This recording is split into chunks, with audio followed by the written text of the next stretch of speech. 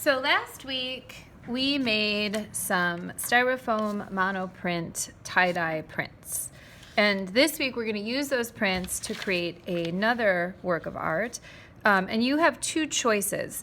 The first thing I'm going to do is demonstrate how to do the t-shirt. I will first sketch it on my sketchbook just for a practice, and then I'll put it right onto my print. To draw a t-shirt, you want to start with a rectangle that's missing its top, right? So we don't draw that top line because that's where our collar is going to be. So right in the middle, almost looks like a field goal post, right? Right in the middle, I'm going to draw a curved line that looks like a smile. This is going to be like the shirt's collar. So now I can just connect each end to the edge of that rectangle. If you want, you can do another curved line underneath, maybe draw some lines to show that this is stretchy. And right now it looks like a muscle t-shirt. Maybe that's what you want for your picture. I'm going to continue by drawing some short sleeves. So just two lines coming down and then going back into the body or that rectangle. Again, if you want, you can make it like a ringer tee and add some lines there. You could make it have a bottom as well, kind of like a short-sleeved sweatshirt.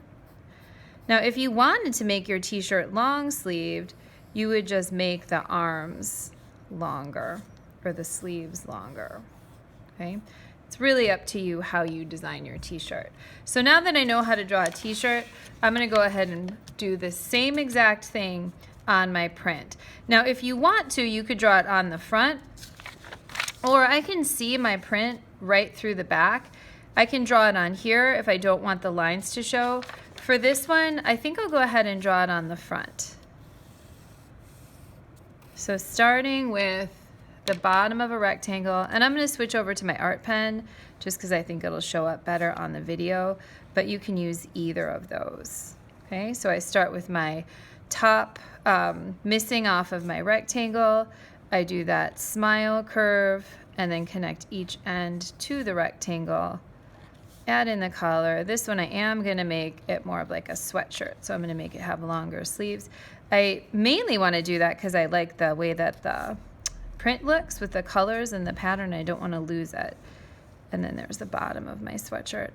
You can add the little lines. Now, you have two project choices. The first project is to make these t-shirts and draw them so that they're hanging on a clothesline. And there is an example of that in the picture. So I'm not going to demonstrate that one. It's pretty straightforward. You're going to do this on all of your prints. This is good if you ended up making a lot of prints. You could do that clothesline t-shirt. And you can see I'm just cutting it out.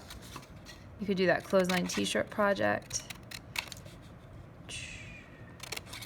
Or the one I am going to demonstrate is now that you have your little tie-dye top, you're going to go back to your sketchbook and glue it. You can use a glue stick or a glue, whatever you have will be fine. I just prefer this kind of glue. That's what I have handy. So I put a little glue on the back. I'm going to put it right into a page of my sketchbook. And it's going to become kind of a collage. So now I need to add myself. Or if you don't want to do yourself, you could give this, like pretend like you just made this for a gift for someone else. But either way, you're going to draw your head and the neck coming out of the collar. You can draw some hands. I don't know if your hands are holding something or if they're just kind of at your sides. It's okay if you want to just do mitten hands, or you can draw the fingers. This will be more of like a whole hand showing. And then you can draw the rest of the outfit. So the legs coming down again, just like two rectangles for legs. Give a little cuff. Shoes, however you want to do it. I'm making kind of like a cartoony drawing. So there's my glasses. You can do whatever style of person that you want. Cartoon, realistic, it's your choice. And then you're going to go ahead and create a background.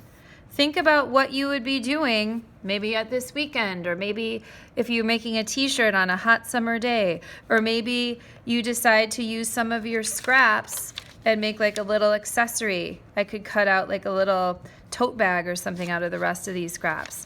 Okay, so at that point you can really decide what you want to put into your picture and how you want to create your scene.